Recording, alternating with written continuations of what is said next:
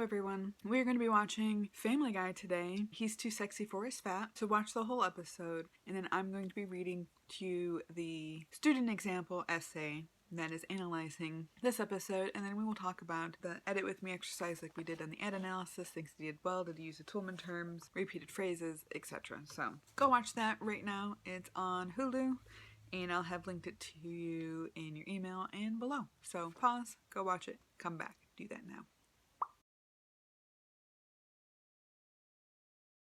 Alright guys, so I'm not going to completely break this down like I have the other ones. I'm just going to read the paper and then address some of the things that he missed in this. In 21st century America, people often struggle with weight and body image issues, but are too lazy to fix these problems with the traditional methods of healthy eating and exercise. We often try to find the easiest solution to our problems. In this episode of Family Guy, they make the claim that society puts too much value on beauty and body image, and that people are too lazy to get themselves where they want to be through hard work, but rather they take shortcuts that are not as effective or healthy. So as a pause, notice how he tried to introduce context of both regular America and Family Guy, and he does have the word claim in there, but it is not his thesis, so it's a little bit loose right now. Probably should have used a thesis. Okay. One of the main themes that Family Guy addressed was our obsession with food and beauty. People have this unhealthy ideal for beauty. People praise celebrities and models for the way that they look. We see it all the time. People like the Kardashians are all over everything. The media does nothing but praise them. And for what? Nobody seems to know why they are famous. Yet we idolize them simply because they are beautiful, and we want to look like them, even though they look like they do because they have the money for plastic surgeries. As Warren Frederick states in the episode, gorgeous guys like us don't have to wait in line. Haven't you noticed? People do anything for a beautiful person. At the same time, people are also obsessed with food. This causes a problem, as these two obsessions often bump heads with each other. People have a hard time making themselves beautiful and getting that great body, when at the same time they eat like a pig and consume unhealthy food. This seems to be a ploy from corporate America to get the most money out of the American people. People constantly spend money on unhealthy food because they are obsessed with it. Then, in turn, they go spend money on various weight loss methods to fix the problem that the unhealthy food caused. It is a vicious cycle of money leaving the hands of consumers and having nothing to show for it in return. This is supported in several ways throughout the episode of Family Guy. Chris makes it very clear that he has a problem with his weight and that he wants to change. Common sense would warrant that if one wants to lose weight, then they should start changing what they put in their body. While Chris says that he wants to lose weight, he shows no interest in wanting to do what it actually takes to do so. It takes Peter tying a Twinkie in front of his face just to get him to run, again, showing that obsession with food. Chris is unable to do a pull-up until Peter literally lights a fire underneath him, and like magic he can suddenly do one. The simultaneous obsession with food and beauty can be seen in the real world by watching TV. Commercials often go back and forth between advertisements for fast food restaurants, and different methods of weight loss. Another theme of this episode of Family Guy was quick fixes in the lazy American. We often see people trying to take the easiest possible way out, rather than the more difficult but more rewarding alternative. This is seen when Peter is frustrated that Chris has been working out for a whole week and has yet to lose any weight. When his friend brings up liposuction, he seems to think that it's a great idea. While Chris doesn't go through with the procedure, Peter decides to do it for himself. People today often do the same type of thing, by being too impatient and too lazy to put in the hard work that it takes to see results. So they go find quick and easy fixes to their problems, even though, in reality, it wouldn't be nearly as effective as the right way. This has led to all sorts of gimmicks that companies have tried to sell to people to appeal to the desire for easy fixes.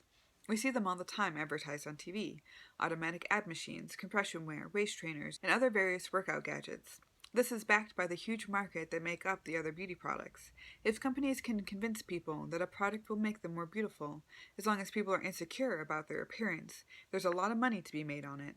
In 2016, the cosmetic and beauty industry generated $60.5 billion in the United States alone. All these quick fixes has enabled Americans to remain lazy and at the same time tell themselves that the lack of change isn't their fault. Even if they're not eating healthy and working out the right way, these alternative solutions give them the sense that they at least tried. So, it's not their fault that it didn't work. One of the biggest problems with the quick fix culture that we live in is that we often have the misconception that the quick fixes and the hard but correct way of doing things are perfect substitutes for the other. After all, it wouldn't make any sense to go through all the trouble of working out, eating healthy food if people could just use a much easier solution and get the same result. Unfortunately, they do not get the same results. Even if the easier solutions can make people look more attractive, that is not the only benefit of using proper methods. Even for people at a healthy weight, a poor diet is associated with major health risks, such as heart disease, hypertension, type 2 diabetes, osteoporosis, and certain types of cancer. Regular exercise has also shown to combat health conditions and disease, improve mood, and boost energy. Another theme present in the episode of Family Guy is the idea of valuing beauty over intelligence. This is portrayed in the episode when Peter goes off saying a bunch of nonsense. When Lois tells him that didn't make any sense, Peter responds with, "It doesn't have to, I'm beautiful." This often occurs in the real world as well. Look at the Kardashians again. They certainly didn't get famous for their intellect. They are quite frankly some of the dumbest people that I have ever heard of. And yet, people don't care because they are seen as beautiful. This is something that everyone experienced going through high school. There were those cheerleaders and football players who were as dumb as a rock, and yet everybody loved them because they were attractive. Yet, in our adolescent minds, those were the people we compared ourselves to. We always wanted to be like them because we wanted the attention they got. The biggest contributor to this problem is the Hollywood culture that has taken over the lives of many Americans. It's the American dream to make it big in Hollywood. Everyone wants to become rich and famous. People idolize that culture to the point that it has become the biggest priority in their lives. It's caused many of us to lose track of what should be really important in life. Significant world problems are solved by intelligence, not beauty. Some valid rebuttals to some of these claims do exist. While plastic surgery can have negative consequences, there are some instances when plastic surgery can be helpful to some health journeys. Many people use plastic surgery after they have worked to lose a lot of weight as a means of getting rid of some of those trouble areas that they just can't seem to get rid of on their own. Some legitimate reasons for people to get plastic surgery are definitely out there, but it should not be used as an easy way out of the consequences of our poor choices. Family Guy really should open people's eyes to the fact that the easy way out is not the best solution, and that outward appearance is not the most important thing in life. While there is always an easier path to an end, it doesn't mean that's the path that should be taken. Hard work, dedication, and the ability to think critically should be idolized more than mere beauty. We create balance in our lives to be healthy, both mentally and physically, and we must create balance in our lives to be healthy, both mentally and physically, and to focus on what's more important in life. So obviously he makes some good points, and at other times he's making some not so good points. So does he use all the term and tools? No. But when he talks about how most people behave this way, it can be really easy to qualify that obviously not everybody has this problem. Is he vague or does he repeat himself in places, and how can we fix this? So there are a few places, and I'm actually going to turn you guys down so that you can see what I'm looking at and the marks that I made on the paper. Alright, so this is one of the places where he was vague. So people like the Kardashians are all over everything. Well, what the heck does that even mean? It doesn't explain why they're famous or where we see them, how they have their own TV show, and even the background of how the TV show came into being. You see there's some grammar stuff, but there was another place where he starts to repeat himself.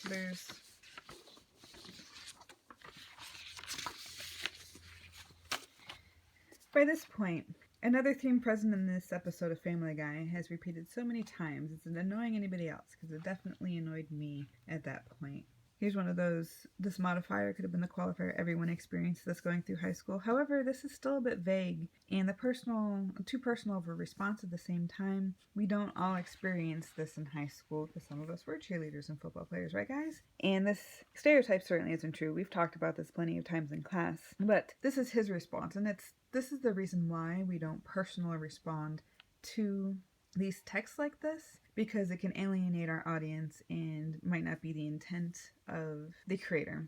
What might be better to say is to give us a more specific example of those comparisons that we do create and how Hollywood and the super thin models and everything else has been cause of eating disorders and that type of thing. Especially something he might mention is because he doesn't mention that this is focused on male beauty rather than female beauty, which is far different than what we normally see. Because female beauty has had major progress in our society, and the fact that you can be all types of different types of female and be beautiful. We have a major disconnect on what masculine beauty means. And I think of the Chris's. Chris Hemsworth, Chris Pratt. Oh, who's that other one? You have a Chris Pine and there's another one. Oh my god. Captain America. But they all have the same type of body shape. They have the wide shoulders, they're muscular, the thin waist. They are the superhero archetype, and that is typically what we see as the attractive male ideal, whereas females can be curvy and thin and tall and short and all those other things. You got to be over 6 foot tall and you be able to lift a car off of somebody and be that hero. And that would be an excellent motivator, especially since he talks about Hollywood culture later in this paragraph. That would be perfect, but it's too personal currently. So, alright. So in several places my paragraph should be broken apart because it makes sense to pause and expand for moving on. You can see some of those places that I've written down here. Here is one of those places. So have you noticed, he gives us great quotes of anybody will do anything for a beautiful person, but he doesn't talk about it at all. So I would break that up and comment on this. Who's used plastic surgery? How might we show examples of their behavior? Examples of their behavior should be added to explain what type of things that we forgive of beautiful people. And there is plenty of examples of that. I won't start ranting though. We see it again here, where he's talking about this vicious cycle, which is great. And then he starts about how this is supported and gets in a little bit too much detail. I'd break that apart so that it can seem fully expanded on and end with certain notes, because this is a topic sentence.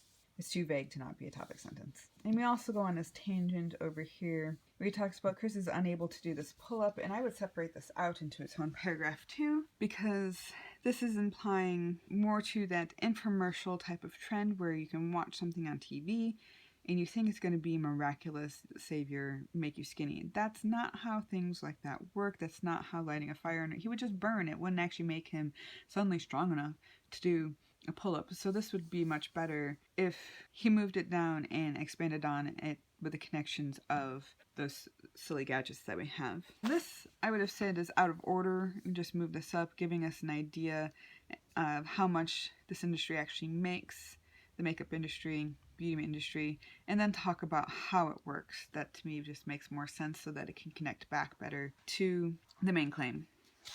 See, I wrote a lot on this. I again break this up here. We're talking about two different things.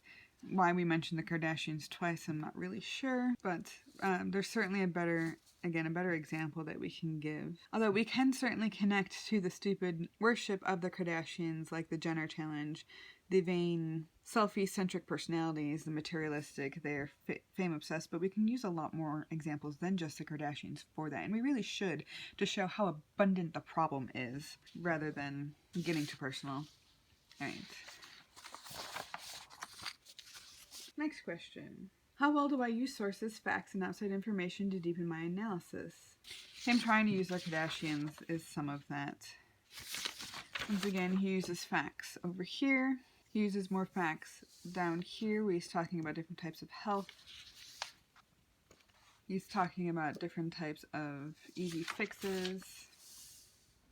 Again, more health. It'd be nice to have some statistics here though, wouldn't it? Definitely could use like an actual specific example of when plastic surgery, and like give it a face, which means give me an actual person's experience, because that's going to have far more impact emotionally than anything else will. So he uses somewhat, and we can see he has a few sources. I think he did use the minimum. Yep, he used the minimum of 3. I really do suggest more than 3 for this essay, guys. You should get used to using way more sources than that for when you write. People are going to expect a lot of you. So do I connect back to the main argument at the end of each paragraph? Certainly not. Again, that should be commented on. Here we might talk about how this taps into the impulse behavior with fake solutions so that we can connect also to the next theme. This one could use a stronger connection back and how insecurity allows us to eat more and therefore really, really makes that cycle. But again, we don't really have a thesis other than this shortcuts are not healthy or effective, which I guess he does talk about in the whole thing, but it's still not a very good thesis. Here we can also say this qualifies Family Guy's argument that hard work is more beautiful than an easy fix. Instead of ending on the source material, that would also create a connection back and get qualify in there. You can see there's some extra bits that I would just, to make this better and more smooth. And once again, here we could make another connection back by saying, because we use extremes like plastic surgery to lose weight, we often regain it back, and more, like Peter is shown at the end of the episode, to once again connect us back to reality and why using these simply for beauty's sake doesn't work. And then this, of course, is rather repetitive. He could have actually given us a stronger action to take afterwards, which is, did he answer the so what question? Yeah, kind of, mostly. We could have taken an extra step by talking about what type of people should we be idolizing more and what type of real focus we should have. I mean, he kind of gets there, but it's more of this vague repeating, especially when you use thing. But, alright, overall this wasn't a bad paper, and it should show you some bits of what we're doing for our essay. Now, I should have your papers today. Next week we are watching Equilibrium and reading my paper, and then we're gonna have a week of me just being here if you guys need me for your finals, for revision, and this is gonna be your final paper. Is we're gonna have the first draft, we're gonna have evaluation draft, and then your final draft, and then you're gonna give me a one-page letter, but we won't get there yet. So I'm gonna grade and edit, give me another draft back, and then we'll have your final one for your final portfolio. And remember, guys, this is 50% of your grade, so do please take this seriously. Do please ask me questions. We're almost done. We're getting through this. All right, guys, I'll see you next time.